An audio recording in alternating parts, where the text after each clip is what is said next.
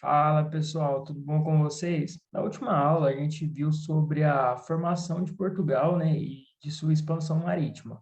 Na aula de hoje a gente vai falar sobre alguns aspectos da administração colonial do Brasil. Então, bora lá. Bom, primeiramente a gente tem que esclarecer o que levou a coroa portuguesa a povoar o Brasil.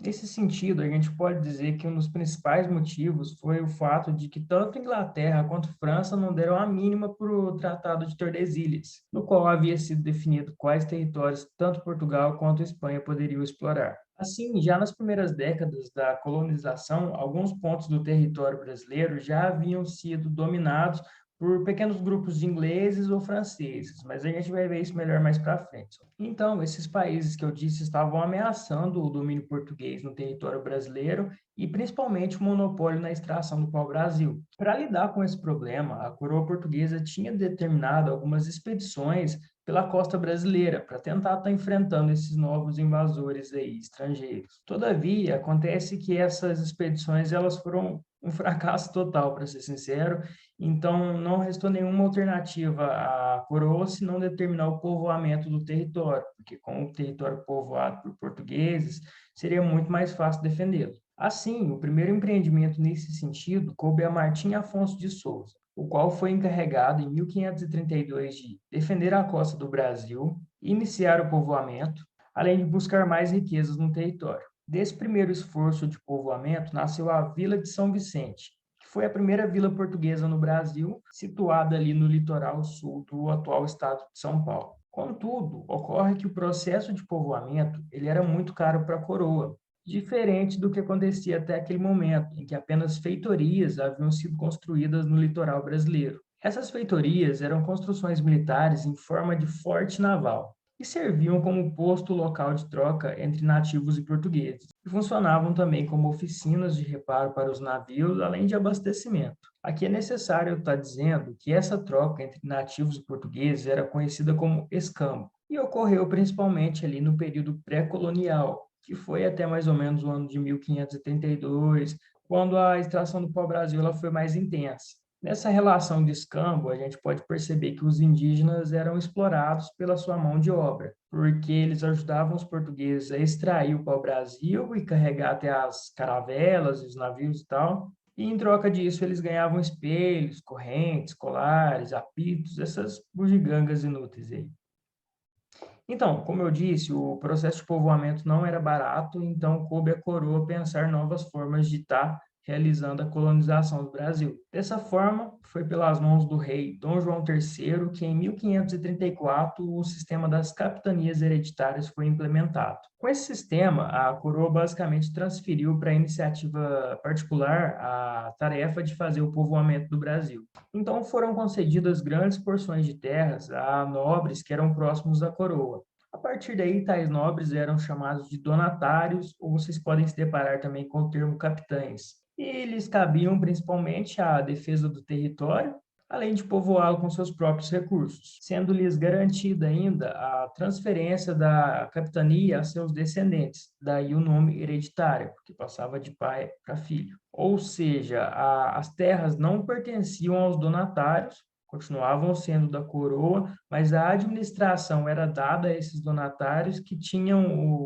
o direito de passá-las a seus filhos. Com relação às capitanias, dois documentos são importantes vocês conhecerem. O primeiro é a carta de doação, que trazia as dimensões territoriais do terreno que era concedido aos donatários, e previa também outras coisas, como o poder jurisdicional que os donatários tinham. O outro documento é o foral, que trazia os direitos e os deveres do donatário, além de questões como a escravização dos indígenas, ou a forma de tributação e os meios pelos quais os donatários poderiam ter lucro. Nessa linha, era previsto, por exemplo, que 20%, ou seja, um quinto, dos metais preciosos que forem encontrados deveriam ser destinados à coroa. E das outras atividades que fossem desenvolvidas na capitania, o donatário teria direito a 10%. O foral ele também trazia como funcionaria a concessão de terras às pessoas que quisessem cultivá-las. Essa concessão se dava pelo sistema de sesmaria, que era um sistema já aplicado em Portugal, mas teve algumas adaptações para o caso do Brasil.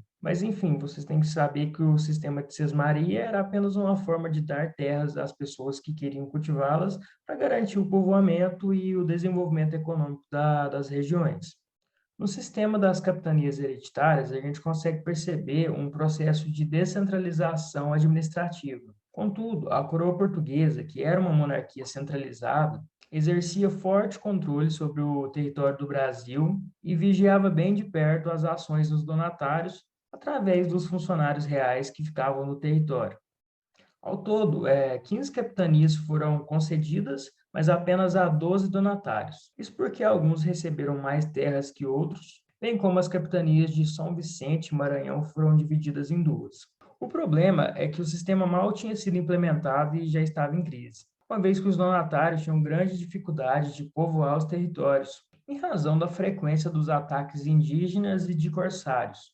Lembrando que corsários são piratas que foram contratados por um país para roubar do outro, basicamente. E com isso, tornava-se muito difícil a consolidação nas áreas pretendidas. Além do que, as condições climáticas bem específicas de cada região ajudavam em nada os colonizadores. No geral, os investimentos feitos pelos donatários eram muito altos e os retornos financeiros não eram imediatos, o que acabou desestimulando muitos dos donatários, sendo que alguns, inclusive, sequer vieram para o Brasil para ver as terras que haviam recebido. Nesse sentido, as capitanias que realmente conseguiram prosperar foi Pernambuco, que já se dava bem ali com o cultivo da cana-de-açúcar, e São Vicente. Nesse cenário de fracasso do sistema das capitanias hereditárias no Brasil, a coroa teve que mudar a sua abordagem. Então, em 1549, teria início ali o governo geral.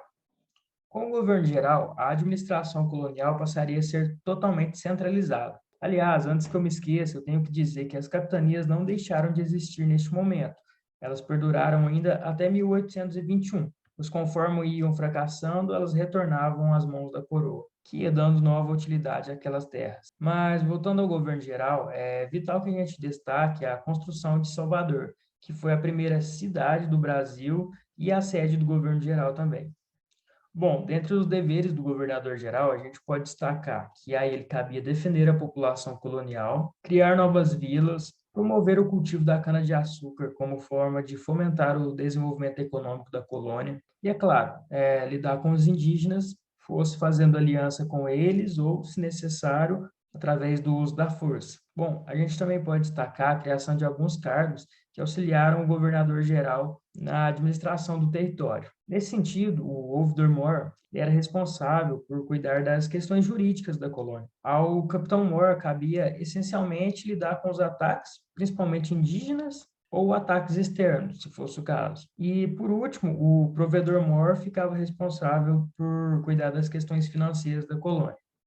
Bom, o sistema de governo geral ele perdurou no Brasil até 1808, que foi quando a família real chegou no Brasil.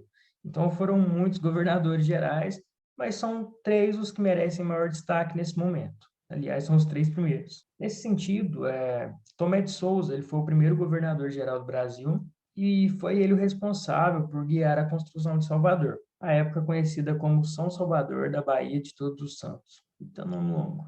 Tomé de Souza ficou aí de 1549 até 1553, quando então foi sucedido por Duarte da Costa, que ficou como governador-geral de 1553 a 1558. Contudo, o governo de Duarte da Costa foi basicamente uma bagunça. O conflito com os indígenas foi um pouco agravado, tendo surgido inclusive a Confederação dos Tamoios. Essa confederação era basicamente um grande grupo de índios que se uniram ali para repelir os invasores portugueses. Bom, também foi no governo de Duarte da Costa que houve a invasão dos franceses na Baía de Guanabara, em 1555. Ou seja, esse cara só teve dor de cabeça e como ele não conseguiu lidar com a situação dos franceses, ele acabou sendo substituído por Mendes Sá, em 1558, tendo ele ficado no cargo até 1572. Mendes Sá deu início à luta contra os franceses a partir de 1560, mas os franceses acabaram resistindo mais alguns anos porque eles fizeram uma aliança com os tamoios, que já estavam pé da vida com os portugueses, então acabou que eles ficaram ali por mais alguns anos, até que em 1567 os tamoios foram pacificados pelos padres jesuítas José de Anchieta e Manuel da Nóbrega. E desse modo os franceses acabaram sendo expulsos da Baía de Guanabara em 1567. Mas os franceses ainda retornariam para mais uma investida no território brasileiro. Mas isso é assunto de uma outra aula. Mas acontece que a pacificação dos tamoios não durou muito tempo e acabou que eles foram escravizados depois. Mendes Sá combateu duramente os índios que se rebelavam e, de modo contrário, aqueles que eram catequizados e se convertiam ao cristianismo passavam a receber os ensinamentos e costumes da sociedade europeia cristã. Mendes Sá chegou, inclusive, a proibir a escravidão dos índios que fossem catequizados, mas, de modo totalmente contraditório, ele passava a incentivar o tráfico de escravos africanos. A Igreja Católica ela não via com bons olhos a escravidão do indígena, mas não via problemas na do negro africano. Bom, mas por fim resta a gente falar sobre o Conselho Ultramarino. Ele foi criado pela coroa portuguesa em 1642, visando centralizar a administração do Império Português. Ele era responsável basicamente por fiscalizar tudo que envolvia as colônias de Portugal e o cumprimento de seus contratos comerciais, todas as questões que eram relativas à tributação e etc.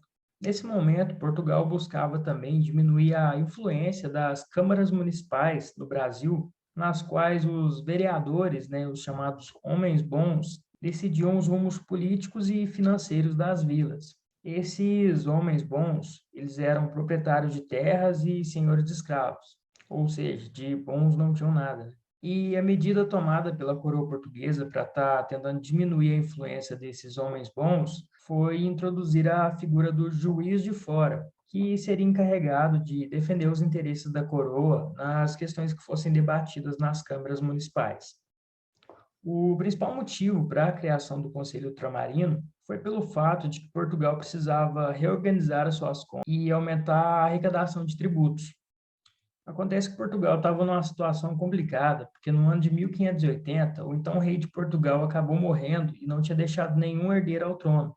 E com isso, a coroa portuguesa acabou ficando nas mãos do rei da Espanha, Filipe II, que tinha sangue real português e então acabou virando rei da Espanha e de Portugal ao mesmo tempo, nascendo ali a União Ibérica, que existiu entre 1580 a 1640, quando Portugal voltou a ter a sua autonomia. Em resumo, a União Ibérica só trouxe problema para Portugal, prejuízo, a sua forte marinha foi destruída em vários conflitos que a Espanha se meteu, uma bagunça gigante. Mas isso também não é assunto dessa aula. A gente vai ficando por aqui.